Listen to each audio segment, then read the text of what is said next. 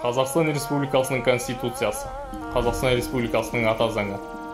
Ағымдағы Конституция 1995 жылы 30 тамыз күні жалпы халықтық референдум негізінде қабылданды. Және 5 қыркүйек күні өз күшіне енді. Конституция 9 тараудан 98 баптан тұрады. Мемлекет басшысы Қасым-Жомарт Тоқаев ата заңға енгізілетін өзгерістер мен толықтырулар жобасы бойынша 2022 жылы 5 маусымда республикалық референдум өткізу туралы жарлыққа қол қойды. Және елімізде республикалық референдум 5 маусымда өтіп, ондағы өзгерістер 8 маусымда күшіне енді.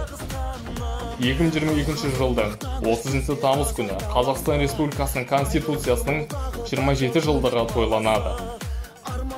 1995 жылы 30 тамызда республикада бүкіл халықтық референдум өтті. Нәтижесінде Қазақстанның жаңа конституциясы қабылданды.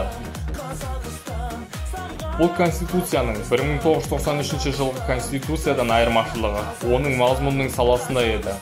Жаңа конституция алғаш рет азаматтың құқығына қатысты ғана емес, адам дүниеге келген сәттен одан ажырамас құқықтарына да қатысты нормалар еді.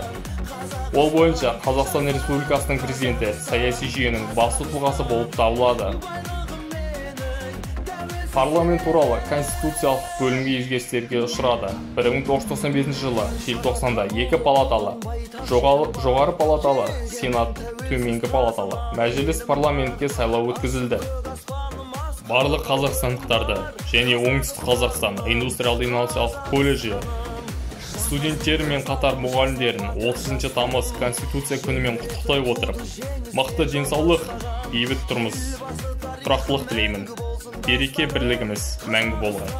Мықты жерлестер, тәуелсіздік жылдарында біздің Конституциямыз өзінің кемелділігін дәлелдеді. Еліміздің негізгі заңы бұрынғысынша егемен Қазақстан дамуының басты шарты болып қала береді. Конституция талаптарының орындалуы мемлекет дамуы мен қоғамдағы азаматтық келісімнің негізі. Сіздерді Конституция күнімен шын жүректен құттықтаймын. Баршаңызға мықты денсаулық, амандық, саулық, молшылық, ашық аспан мен отанымыз Қазақстан Республикасының гүлденуін тілеймін.